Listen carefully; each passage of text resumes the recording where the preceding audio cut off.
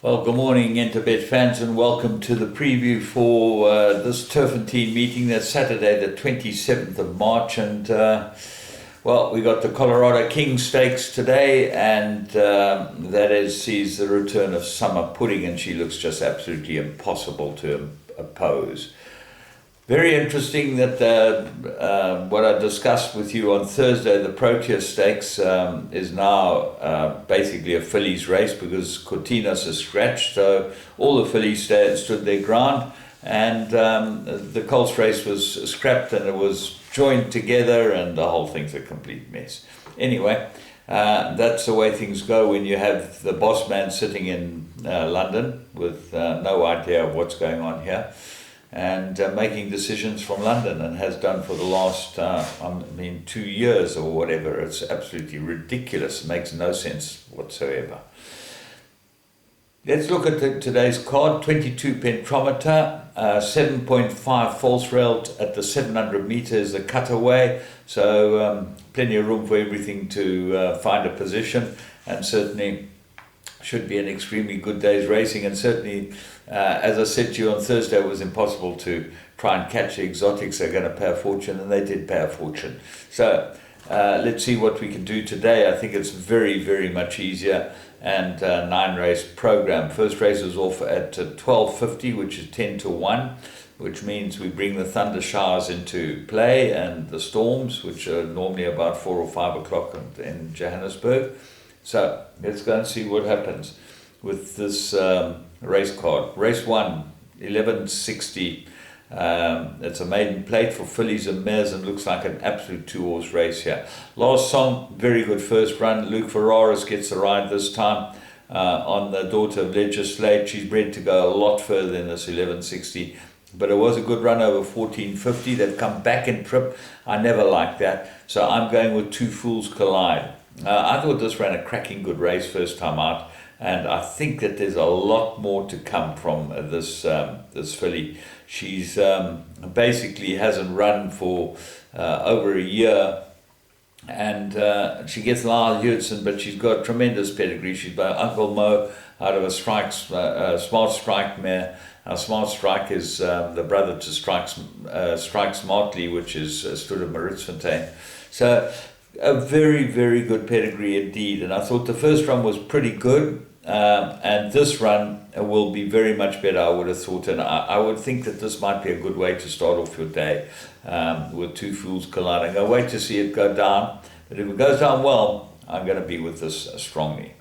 Race 2, maiden plate, 11:60. And we had a couple of three scratchings here. 3 Lazy Guy, 4 Kazanthal, and 7 South Boy. So what does that leave us? It leaves us Eyes on Tiger, very good form. Bella Belize, 2 good runs, gets the blinkers again. Those are the blinkers made the difference, and gets a 4 kilogram claim. So it gets 53.5 on its back, Bella Belize. She should go a lot further than this as well, the Ideal World filly. But anyway, they've come back in trip now to the 11:60 or 1200 meters of Turffontein. So I'm going with Grappler, number 2.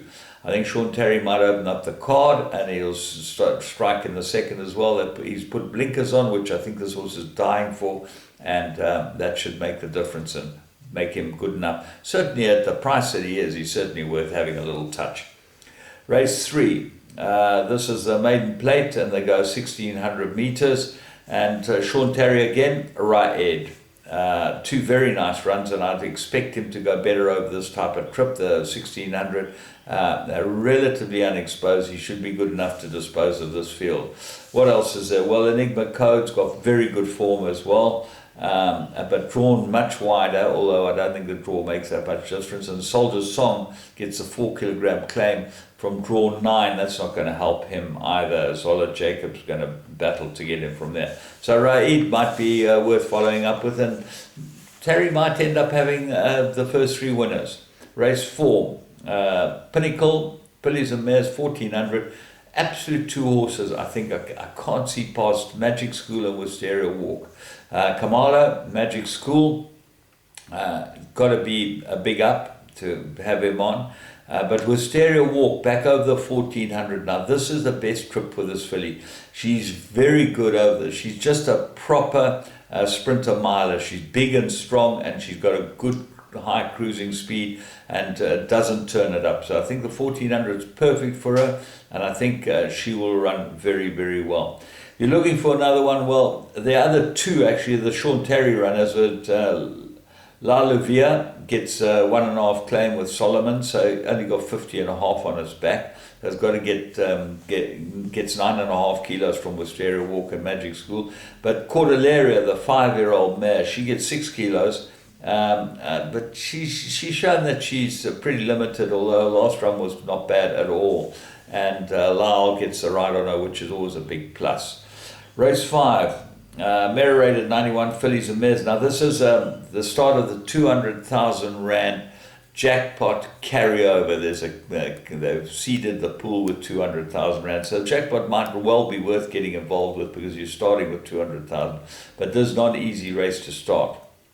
I think Grease will improve, needed its last run. I thought it might have a chance last time, but she definitely needed the last run.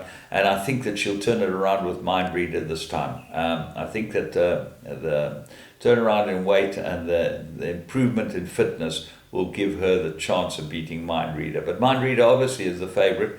Won her last two pretty comfortably. All of Me got form, and I would put this into your play. But Maleta, this might be the answer.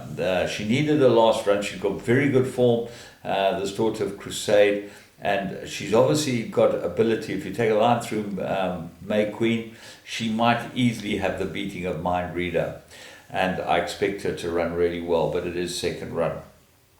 Freedom Seeker went to KwaZulu-Natal last time, started hot favourite, and didn't seem to go well on the poly, although one would have expected her to go well on the poly, and I think she's beaten by a weaker field in this. So what else is there? Nina Amelia gets some chance with a 1.5 claim, and Persica gets Kamala, which is always a big plus. Ulla might be an improver as well. I'm going to take my chances and put the field in, and then I'm going to take a smaller perm with Greens and Moleta.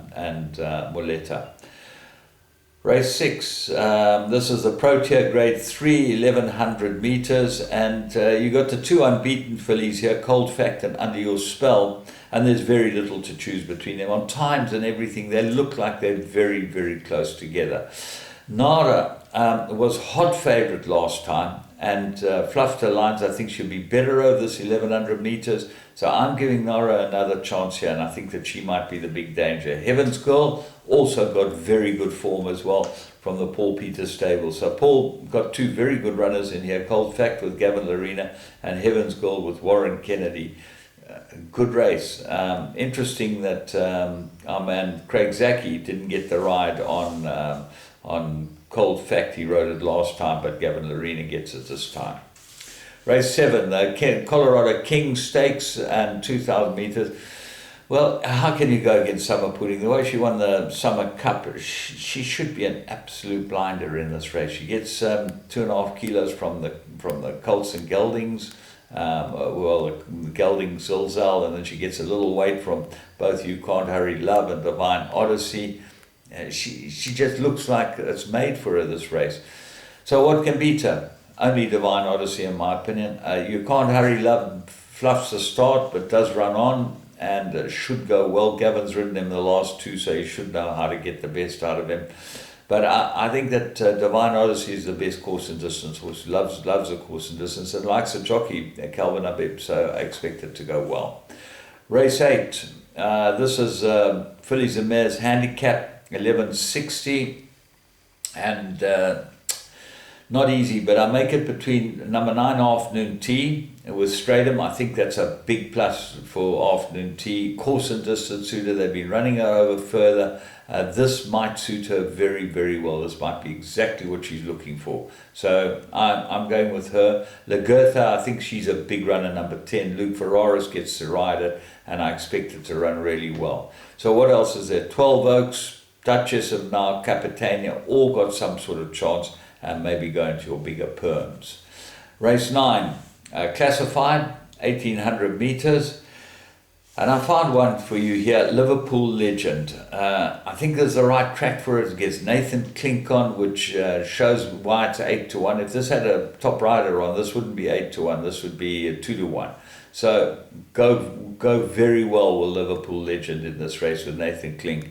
Tandakili, I think Tandakili will run well here. Number 16 on the card, Luke Ferraris.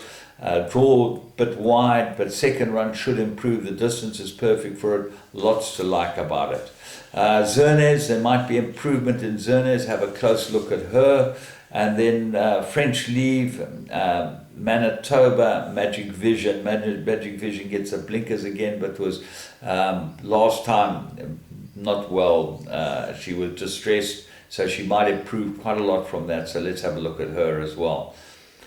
All in all, pretty good day's racing, and from me, James Goodman, and the whole Interbet crew, remember you can get on their Vegas games and you can play every single game to your heart's desire before we start racing.